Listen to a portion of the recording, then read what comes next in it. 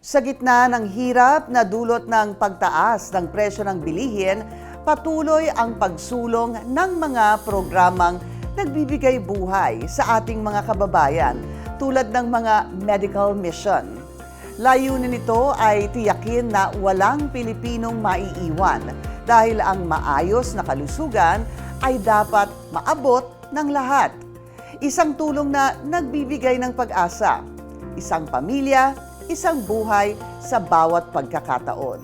Ako si Pinky Webb at ito ang Business Matters, where doing good is good business.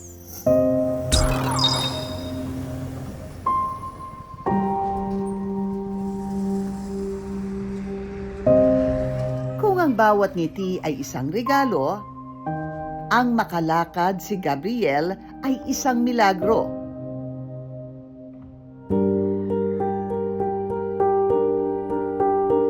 Sa tahanang ito sa Pamplona, Camarines Sur, nakilala namin si Evelyn, isang ina na umaasang balang araw makalakad ang kanyang panganay na anak na si Gabriel.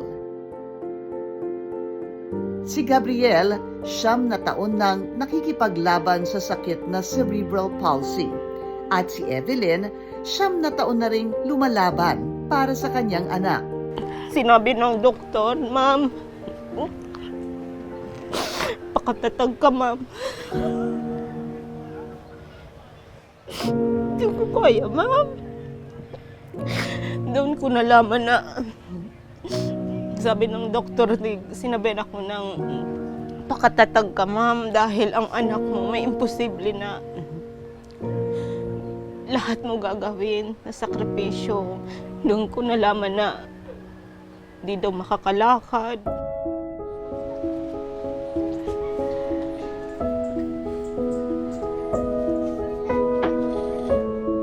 Grabe po sa akin mo. Bilang po sa kuya sa magufrang, nasakitan man po minsan. Pero kinakaya ko po.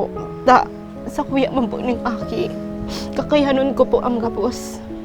Araw-araw bitbit ni Evelyn, hindi lamang ang kanyang anak, kundi pati ang pag-asang balang araw makakatayo rin ito sa sarili niyang mga paa. Ngunit para sa isang pamilyang kapos ang pag-asa, may katumbas ding halaga. Hirap po magpagamot, ma'am, kasi po papunta ka doon sa dapat ang pera masapat doon sa pagpapagaling ng bata. Lahat po gagawin mo, gastos, di naman po kakayanin. Kaunti lang naman po yung makukuha ng asawa ko sa trabaho. Hindi po sapat. Bukod kasi sa gastusin sa mga gamot, pasan din nila ang gasto sa regular na konsultasyon sa doktor.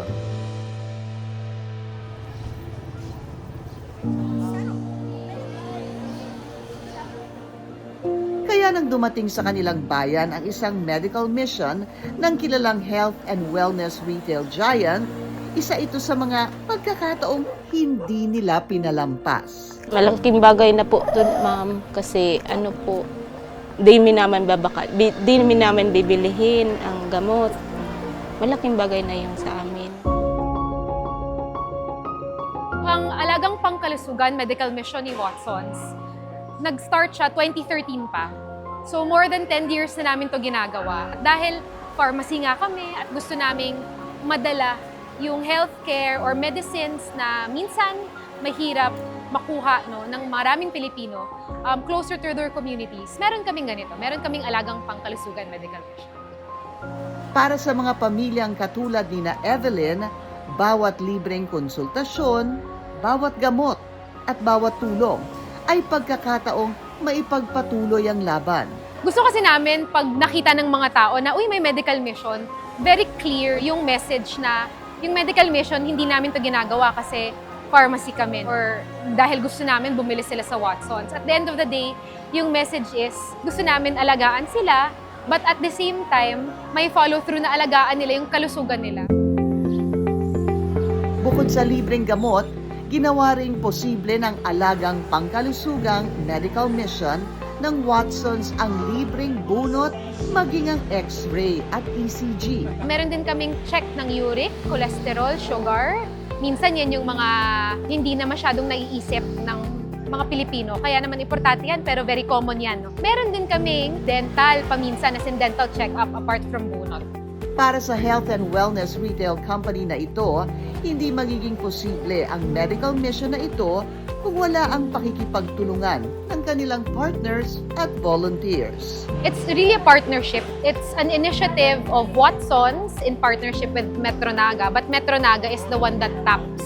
Malaking pasasalamat namin sa Watsons Philippines SM Foundation na sa pang-apat na taon pinagbigyan po nila ang Metro Naga Development Council. Sa pagtutulungang ito, mas nailalapit ang serbisyong pangkalusugan sa mga komunidad na higit na nangangailangan.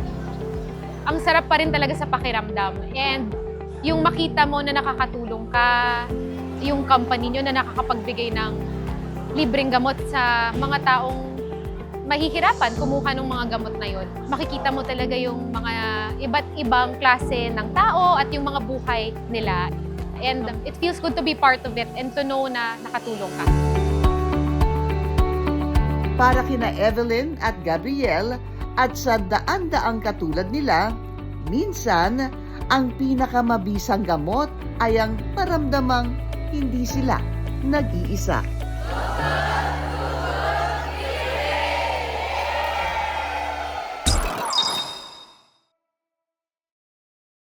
Paldo malala na, makakatulong sa magsasaka pa. Bigat, dami! Tulad ng advokasya ng Iron PH na tulungan ng ating mga magsasaka tuwing running events. Mas maraming mga magsasaka ang ating maabot sa pamamagitan ng AgriRun PH, takbo para sa mga magsasaka. Nagaganapin sa Central Park, PhilInvest City, Alabang sa August 23. More runners. More help for our farmers. Dahil mas marami tayong mabibili na gulay at ipapamigay ng libre. Sulit na sulit! Kaya register na sa AgriRun PH Takbo para sa magsasaka. Pumaldo ka na, siguradong nakatulong ka pa. Kaya tara na iRunners, huwag nang magpapahuli. Ang pangangalaga sa kalikasan ay hindi lang responsibilidad, ito'y isang sama-samang pangako. Ngayon, mas maraming kumpanya at komunidad ang kumikilos, patunay na kayang tugmain ang sustainability at pag-unlad.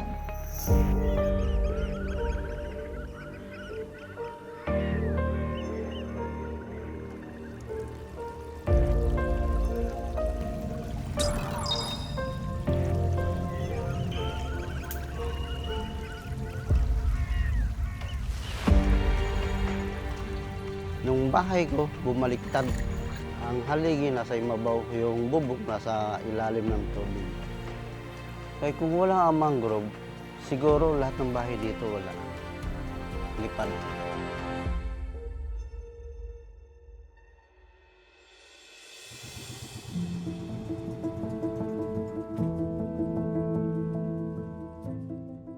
Postcard perfect sa bawat anggulo.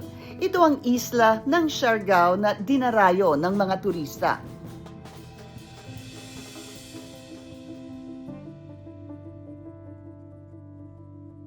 Pero bukod sa magagandang tanawin, meron din itong likas yaman na tahimik na nagbibigay buhay.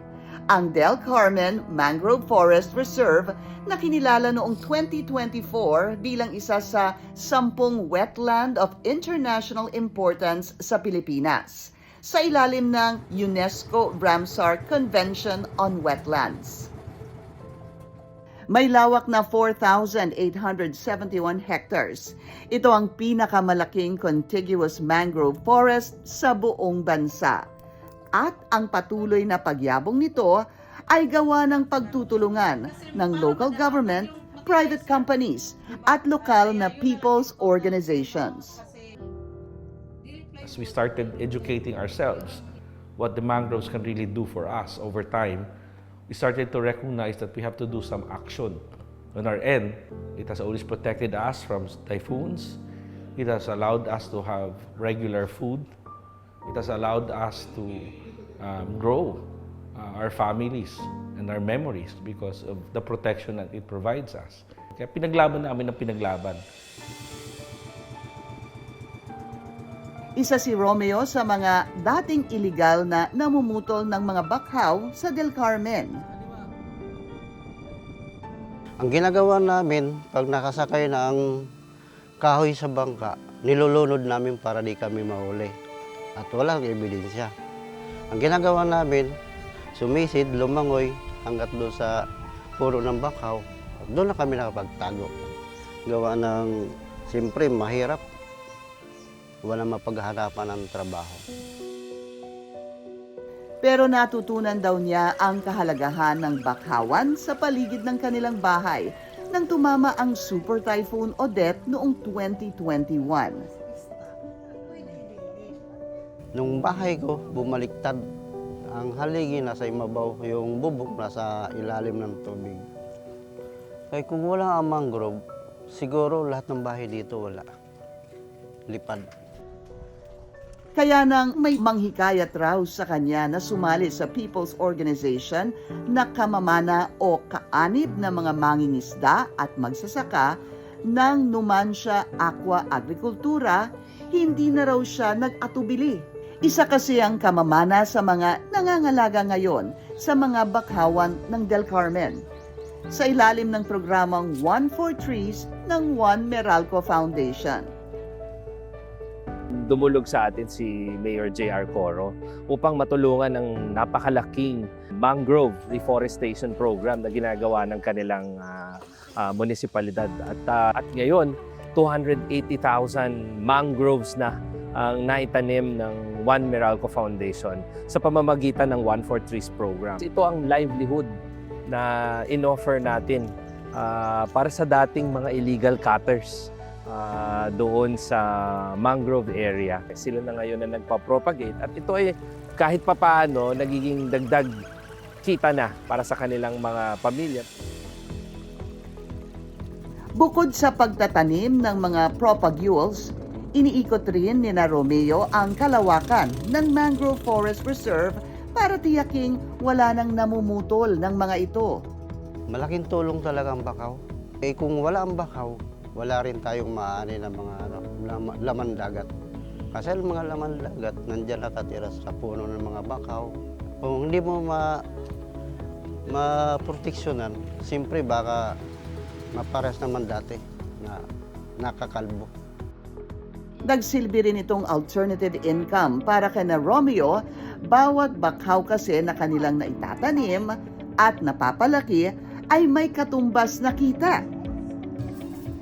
Naibili ng laptop ang kanyang bunso at napagtapos ito sa kolehiyo. Ako dako na ako napasalamat yun sa Juan Meralco na notabang Samo. Kalisod, Samo Kapobrihon, kung sa Tagalog baga ay sa kahirapan, malaking tulong. We hope to expand the efforts, paigihin yung capacities nila in terms of ecotourism, na hindi lang sila taga-tanim ng bakawan, hindi lang sila protector ng bakawan. At the same time, sila din yung magmamarket ng bakawan, yung magiging tour guides doon sa mga turistang bibisita dito sa itinanim nilang mga bakawan. Marahil hindi kasi sila na naiintindihan pa kung gaano ka-importante yung mga mangroves noong mga panahong iyon. But ngayon na unti-unti nating na-realize at sa pangunguna ng local government at ng DENR ay natatransform natin yung illegal livelihood na yon into something very productive, not only for the communities, no, but also for the ecosystem that is so important for the survival of the municipality and the country.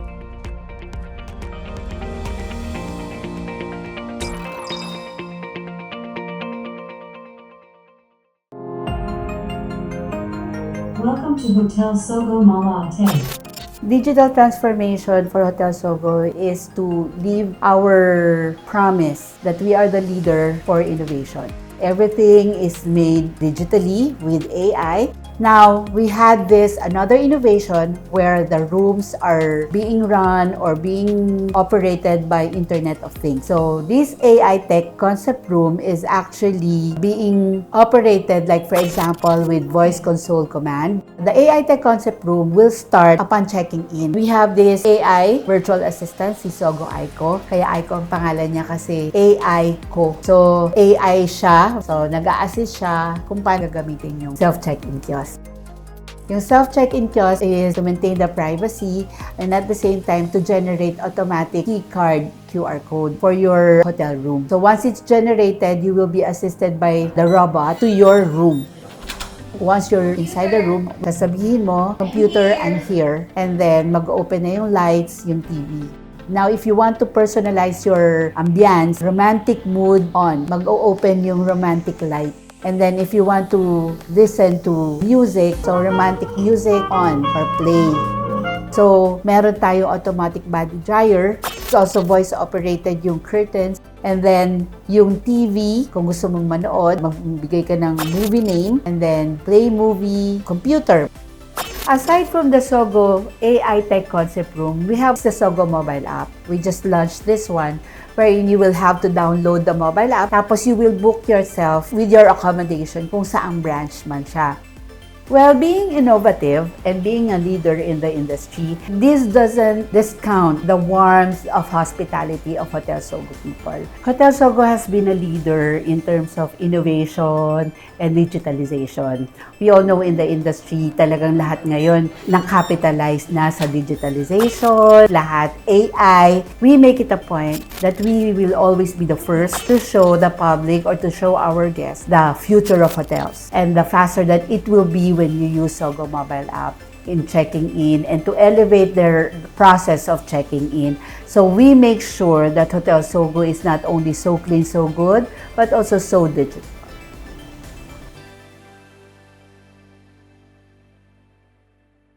Paldo malala na, makakatulong sa magsasaka pa. Bigat, dami! Tulad ng advokasya ng Iron PH na tulungan ng ating mga magsasaka tuwing running events. Mas maraming mga magsasaka ang ating maabot sa pamamagitan ng AgriRun PH takbo para sa mga magsasaka. Nagaganapin sa Central Park, Philinvest City, Alabang sa August 23. More runners. More help for our farmers. Dahil mas marami tayong mabibili na gulay at ipapamigay ng libre. Sulit na sulit! Kaya register na sa AgriRun PH takbo para sa magsasaka. Pumaldo ka na, siguradong nakatulong ka pa. Kaya tara na iRunners, huwag nang magpapahuli.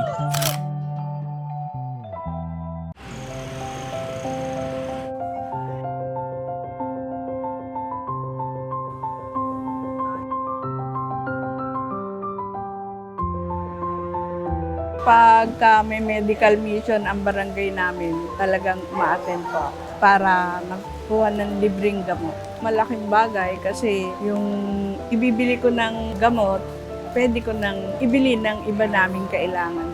Salamat po, nakapunta kayo dito para magbigay ng libreng gamot para yung ibibili namin ng maintenance namin ay magamit namin sa iba.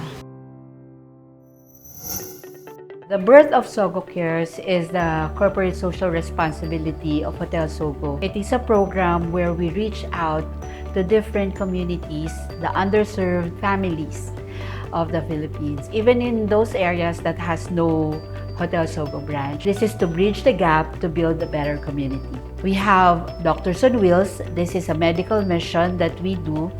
Hotel Sogo have a heart, and we live up with our core values, Malasakit. Hotel Sogo gives Malasakit even to the people who are not checking in at our hotel. This is to give back to these communities the kindness of the heart of Hotel Sogo. Libre ang check-up. Sa hirap nga, talagang kailang gumastos ka. Ito, at least may makukuha tayong mga libre. Kaya importante itong medical mission. Salamat po ako sa team at sa mga doktor na nag-aasikaso sa amin. Ang vision niya ay mas marami pang matulungan at mas marami pang ma-assist in terms of health and medical benefit. Hindi lang pang matanda, mula sa bata hanggang sa matanda. Thank you, Sogo Cares! Thank you, Sogo Cares! Paldo malala na, makakatulong sa magsasaka pa. Bigat, dami! Tulad ng advokasya ng Iron PH na tulungan ng ating mga magsasaka tuwing running events. Mas maraming mga magsasaka ang ating maabot sa pamamagitan ng AgriRun PH takbo para sa mga magsasaka. Nagaganapin sa Central Park, Philinvest City, Alabang sa August 23. More runners. More help for our farmers. Dahil mas marami tayong mabibili na gulay at ipapamigay ng libre. Sulit na sulit! Kaya register na sa AgriRun PH takbo para sa magsasaka. Pumaldo ka na, siguradong nakatulong ka pa. Kaya tara na iRunners, huwag nang magpapahuli. Ang kalusugan at edukasyon ang pundasyon ng isang matatag na komunidad sa pamamagitan ng mga programang nagbibigay ng serbisyong medikal at mas maraming oportunidad sa pag-aaral. Mas maraming Pilipino ang nagkakaroon ng pag-asa at pagkakataong maabot ang mas magandang kinabukasan.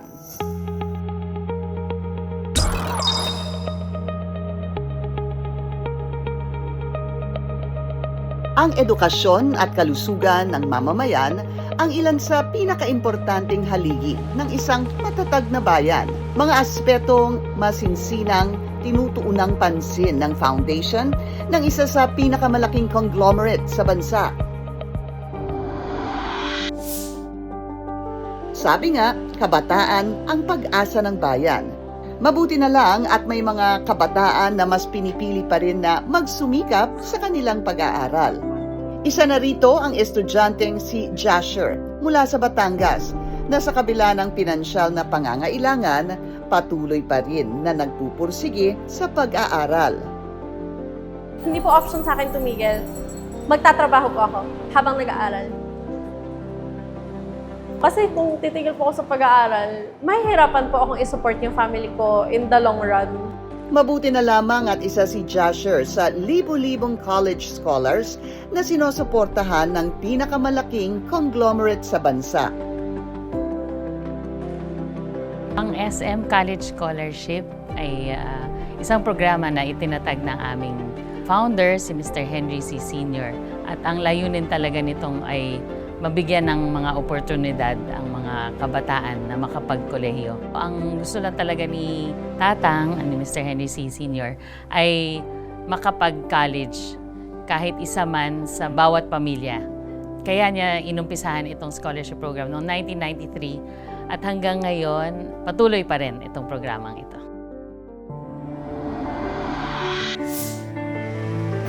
Isa naman sa malapit nang gumraduate sa programa ay ang 20 anyos na si Jean, isang BS Information Technology student sa Baguio. Sobra-sobra po talaga yung pasasalamat ko sa SM Foundation. Gusto ko talagang pumasok sa SM. Nasasama ako sa paghahanap ng scholars, pag-interview sa kanila, ganyan bagay para makabawi naman po sa tulong nila sa akin. Ilan naman sa mga matagumpay na nakapagtapos ng pag-aaral sa tulong ng SM Foundation Scholarship Program ay ang mag-asawang King at Steph Kuahaw. Hindi importante kung ano yung situation na meron ka ngayon or circumstance. As long as may nakikita kang light dun sa tunnel, you need to persevere and finish that goal. Ang paaralan ang tumatayong pangalawang tahanan ng mga estudyante. Pero sa tuwing may sigalot, ang mga paaralan din ang isa sa mga nauunang maging biktima ng karahasan. Itong school na ito ay ginawang ground zero, ginawang kampo ng MNLF. Affected lahat ng klase kasi almost lahat ng building dito ay nasira. Isa ang Santa Barbara Central School sa mga paaralang lubhang naapektuhan ng Zamboanga Siege noong 2013. Yung mga classrooms namin may mga parang yung mga bullets nandyan pa po, kaya hindi po talaga siya safe for us and hindi din po kami comfortable. Upang matulungan ng paaralan, Isang partnership ang nabuo sa pagitan ng isa sa pinakamalaking conglomerate ng bansa at ng Santa Barbara Central School. Tinatawag natin SM School Building. Ang una namin tinitingnan ang katayuan ng eskwela kasi ang daming eskwela na tinatawag natin congested na. Kaya pinili namin ang Santa Barbara Elementary School kasi at that time meron silang 3,000 na estudyante at saka nagkaroon ng siege dyan. So nahirapan yung pagbukas ng eskwelahan. Maganda po yung tinuturo ng teacher ko at saka nakakatuwa. Sobrang saya ko. Ang ganda-ganda dito, comfortable po kami dito. Nagpapasalamat po ako kasi binigyan kami ng ganitong classroom maganda. Sa panahon ngayon, mahirap at magastos ang magkasakit. Kaya naman ang ilan nating mga kababayan sa mga local health centers ang kanilang takbuhan sa tuwing may pangangailangang pangkalusugan. Kaya mahalaga na ito'y maayos, dekalidad at komportable para ang lahat ng Pilipino ay makapagpagamot ng may dignidad at pagpapahalaga. Ang pagsasaayos ng mga public health facilities ay bahagi ng pangmatagalang commitment ng SM Foundation para ito makatulong sa pagpapalakas ng public healthcare system sa buong bansa, lalong-lalo na sa mga komunidad na higit na nangangailangan. Kahit sa labas, attractive na siya.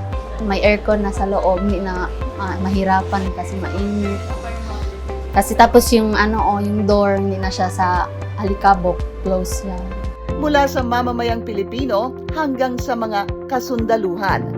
Basta para sa kalusugan ay suportado ito ng isa sa pinakamalaking conglomerate sa bansa. Malaking bagay po yung ginawa ni SM. Ang goal lang naman namin is simple, no?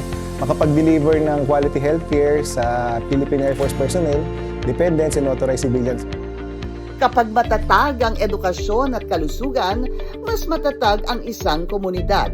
Kaya malaking tulong kapag may kamay na handang umalalay, hindi lang isang beses, kundi pangmatagalan.